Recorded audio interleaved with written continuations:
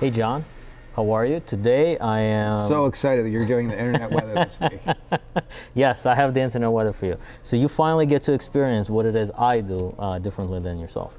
So the first report that we're going to start with is the top 10 most probed reports. This is our way to measure internet scanning activity based on volume, how many flows per hour. And this is basically showing you the top 10 ports. All of these ports, we kind of cover them every single time on internet weather. Mm-hmm. There's not much difference. But one of the things I've been doing when I do the internet weather is I go ahead and take a look at port 445 TCP. Why? Well, it's all because if you look back, I guess this is in April, going back 900 days, there was this one little spike, and that was when WannaCry, yes, started. And that weekend, everyone in the industry was probably called in and was asked, hey, are we vulnerable to this? Yes or no? And so I think if you can zoom in on there, you'll notice that, there was a significant drop. But unfortunately, once the news kind of dissipated, the activity for this worm, 445, using the internal blue vulnerability, kind of climbed. Yep. You see it reached kind of, I would say, a peak there in September 2018. And still quite a lot of activity from the original baseline here. It's kind of gone down. And so what I've been doing every month or so is just kind of revisiting this and seeing, hey, is this going away or not? Is this growing? Or I wish we had even more history, because you go back further. Is it Conficker? Was that the other one, right?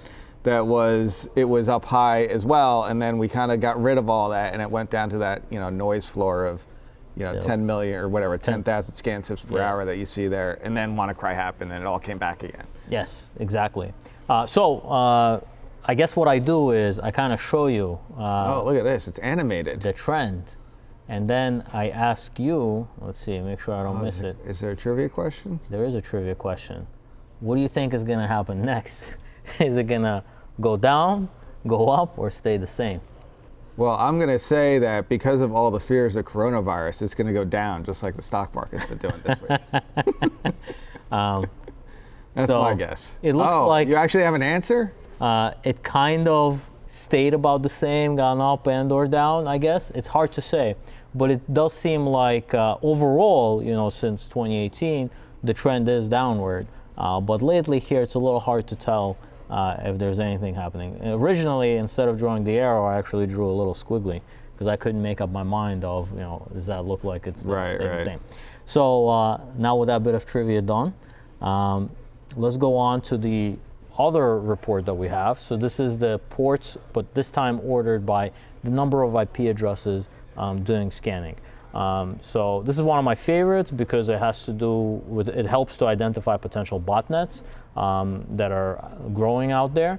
So if we look at the top 10 here, nothing immediately jumps out. It's kind of like the same ports that we usually normally see anyway. Nothing we haven't talked about. Exactly. In the past. So today I decided to go and look at the next 10, sort of like the top 20, so to speak, and see what's going on there. And so the first thing that's important, looking at the pie chart, if you look at it, you could see like 3/4 of the pie is actually the top 10 ports, and an eighth is all the other ports. And so the next 10 of the top 20 is really the eighth of all of the traffic, which is kind of interesting. One slice of pizza. Yeah, one slice of pizza compared to all the other slices. So looking at this, I guess the ports that jumped out at me were in position 11 and 14, and that's port 9530 TCP and port 26 TCP. Why? They're just kind of weird and off. Yes, they're weird, yeah. Yeah, they're kind of weird. So let's go and zoom in on it a little bit more. So one of the ways to zoom in on it is to look at all of the volume for scanning and the number of IP addresses doing scanning. So this is a year's worth of data here. And you could see that going back a year, there barely were any IP addresses doing any scanning on this port. But here, I think that's about February 9th or so. Starting around February 9th, you could see this large spike with a lot of devices, thousands, almost, I think like at the peak, 7,000 devices per hour doing scanning, which is kind of weird. That one larger spike. Yeah. earlier on. That might be an interesting one to go figure out who that was. Yes, exactly. So this would probably indicate like the precursor activity of maybe a security researcher or an adversary who's attempting to build out the botnet, and maybe there is one IP address doing scanning, and he was doing a lot to bootstrap the botnet or something like that. For sure, that's very interesting. So one of the things I like to do is look at the distribution of these bots, and sometimes actually if you look at if you just look at this map by itself, it kind of looks like any other botnet map out there because it's got a bunch of dots, it's a piece of the world. But if you've been looking at them for a while, you notice that some botnets actually do have like a little regional hotspot zones. And this one in particular, it's split up in like Brazil, Europe, and there's a little bit in India, Southeast Asia, but not like a lot in Vietnam or something down there. I think maybe Thailand is down there and stuff like that. But like you see, there's not a lot in China, I would say. Not as much as you might expect. Not much in the USA, really, either. Yeah, not much in the USA, but in some parts of Mexico, there is a little bit of a hot zone there. So you could see there are definitely hot spots for this specific area, for this specific, I guess, activity. And so question is, what's causing it? So we got like looking at the honeypot and trying to understand what kind of traffic is heading towards this. You could see the honeypot kind of reflects the same spike. There's usually no events towards this port, and then suddenly a whole bunch. There's not many events over the last 60 days, but you could see in terms of the type of protocol, so almost 80% is basically this packet right here. So it says open telnet open once against this port. And what that does, according to this write-up, is if you send this packet to that port, it'll open up telnet on port 23. This is actually port knocking at its core. Is that for a specific device? That is for a specific device. Yes, exactly. So it'll open up port 23, and then you can use one of several pre-configured passwords to log in to this device. Now, what are these devices? It turns out these are some sort of Xeon-Mi-based DVRs, NVRs, and IP cameras. So there was actually several things going on with this thing. So in 2017, there were a couple of write-ups out there which detailed exactly this flaw and also reported port 9527 TCP, which I actually went ahead and mapped out. The scanners are port 9527 TCP as well. I don't see like much overlap necessarily, although they are related to the same device.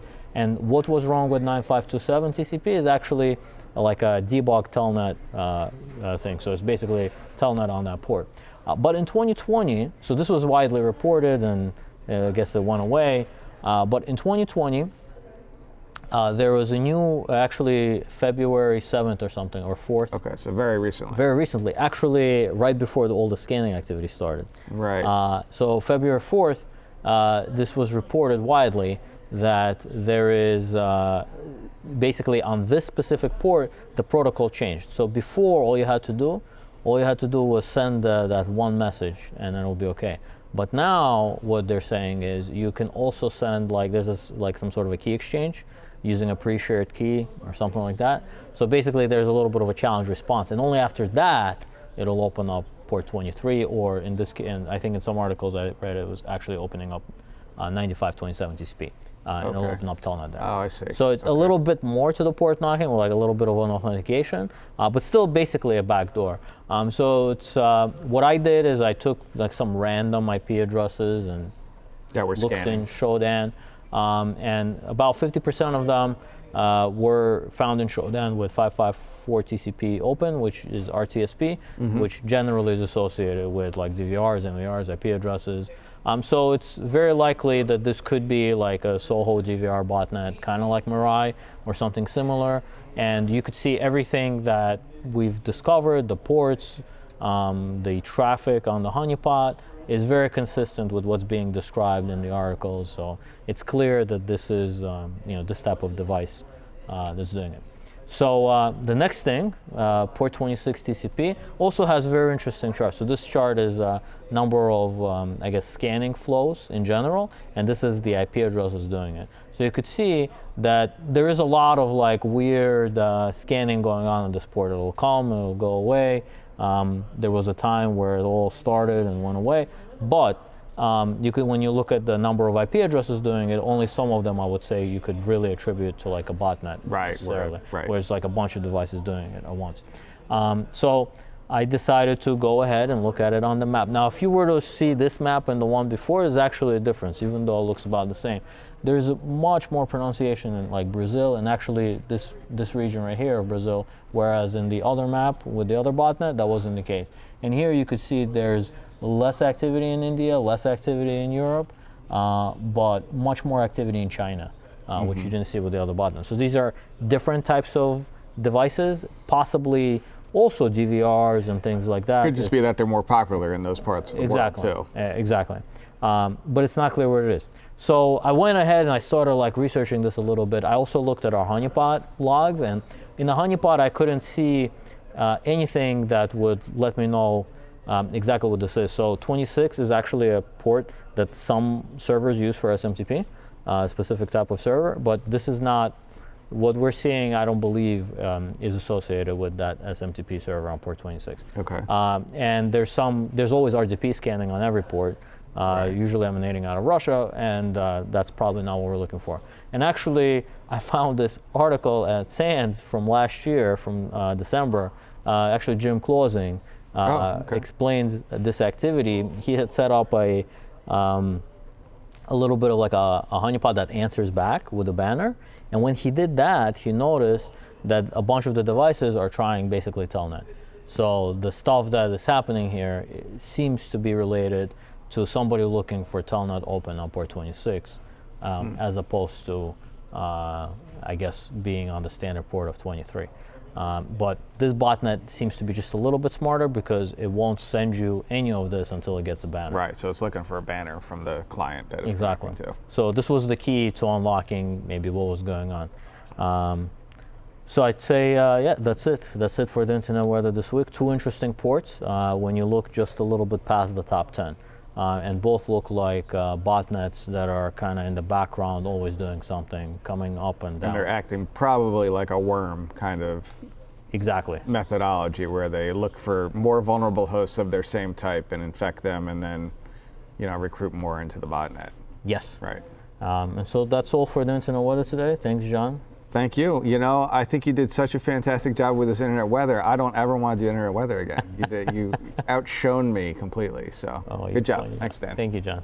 We discovered 2 new ports or botnets related to 2 ports that we hadn't seen for a while, which was 9530 TCP and 26 TCP.